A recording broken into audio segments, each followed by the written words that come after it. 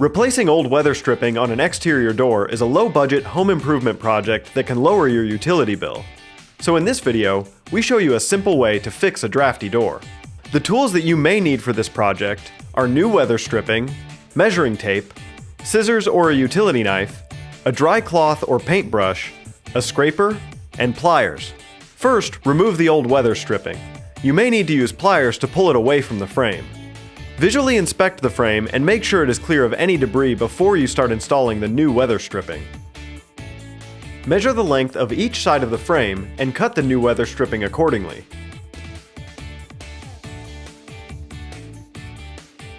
Two common types of weather stripping are vinyl clad with a spline and self-adhesive foam.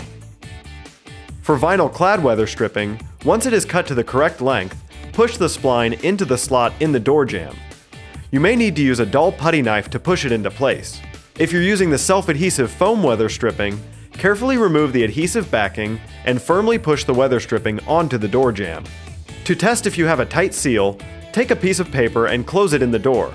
If there is resistance, then your seal is good.